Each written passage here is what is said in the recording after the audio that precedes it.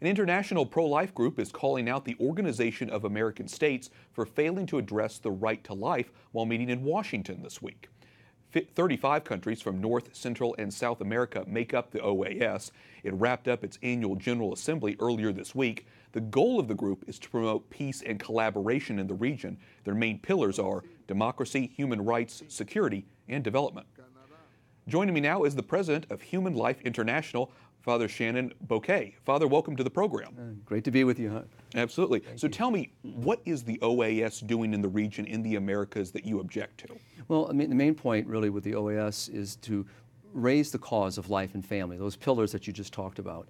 And the challenge really is as Western influence, so, agencies, governmental, non-governmental organizations, and various groups working in Latin America are trying to impose a very different value than the cultural values, the religious values, the moral values of the local people. And so the challenge really is to help governments to see that this is not in their best interest. This is not what's best for their country.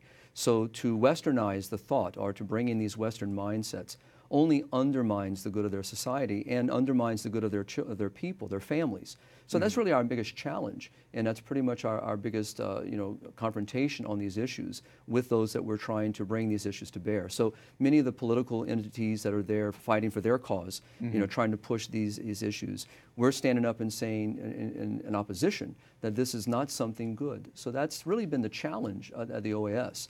Now this year we were very fortunate because the ambassador of the OAS and many of the people there really stood up to raise out these issues and actually defended the issues of life and family. So we're very grateful, for the ambassador Trujillo this year to get in there and to raise these issues.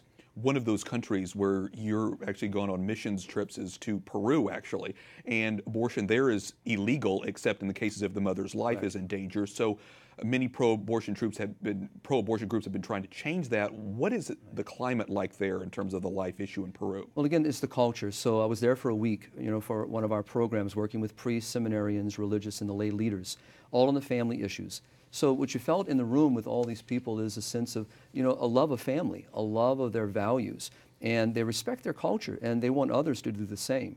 But the same thing that we're talking about with the OAS is the same thing now in a particular country that you start seeing unfolding. So you see Western influences, so very, very much a challenge to those cultural values. And so the biggest challenge really is to help people to see that you must defend these values, and don't be so easily swayed by the illusion of that prosperity will come by making your family smaller or by abandoning the moral values or your Catholic heritage or these values that have been passed on to you. Hold tight to them. So what we see is people, they're frustrated though, because we see corruption in government, we see so much economic issues, especially in the rural communities. So people are trying to find a way to deal with their need to feed their children, clothe their children, take care of housing, just take care of basic need. And so the sad thing is that these entities come in trying to convince them that if they go this direction, in other words, if you take the direction of population control, the mentality, or the contraceptive mentality, that this will answer these issues. But inevitably it does not. It just makes poorer, larger families, smaller, poorer families. Speaking of a lot of those issues, it's the same thing in Argentina, another South American country, a majority Catholic country also. There's a vote upcoming on June 13th on whether to legalize elective abortion in the first 14 weeks of pregnancy. Argentina's president opposes abortion, but he says he's not going to veto it if it passes. What do you think? Do you think it's going to pass if you had to make a prediction? No, speaking to our allies and friends in Argentina, they're very concerned. And everything we've seen in so many other countries, I mean, Ireland is another example, other parts of the world where we see the same push. I am concerned. I really feel that Argentina, my prayer, my hope is that the people will stand up against this assault, this affront.